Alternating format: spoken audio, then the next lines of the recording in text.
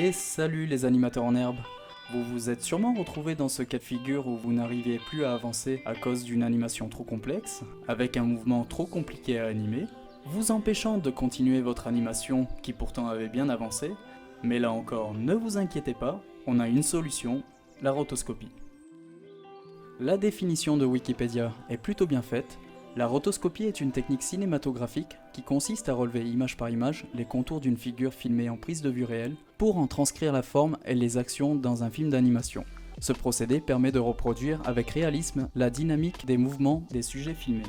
On peut se dire que c'est un petit peu de la triche, une sorte de décalcage, mais quand on voit que des grands studios comme Disney utilisent ce procédé depuis bien longtemps, on peut tricher entre guillemets la conscience tranquille.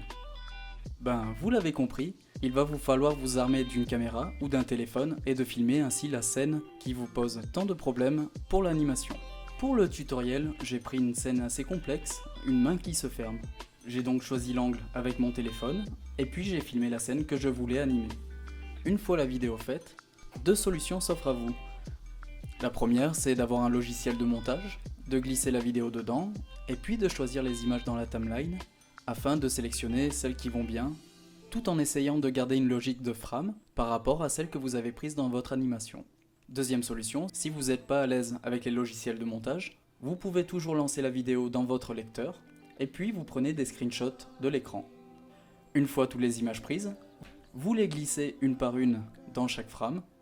Une fois ça fait, je redimensionne, et je commence le détourage de la première frame. Pour la deuxième frame, je m'embête pas à tout redessiner, je vais faire un copier-coller de la première frame et je vais déplacer les points un par un afin d'avoir la nouvelle forme. Je vais faire ça pour toutes les autres frames.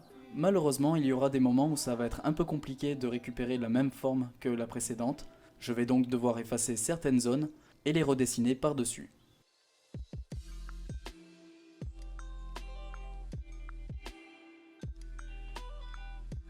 Une fois ça fait, je colorise et je vérifie de temps en temps si mon animation va bien, qu'il n'y ait pas de petits bugs. Au départ, je fais vraiment les formes les plus importantes, et puis après je peux ajouter des petits éléments au fur et à mesure. Vous l'avez compris, c'est un travail assez fastidieux, qui prend beaucoup de temps, surtout si c'est pour le mouvement d'un personnage complet, où il vous faudra bien plus qu'un copier-coller à chaque frame.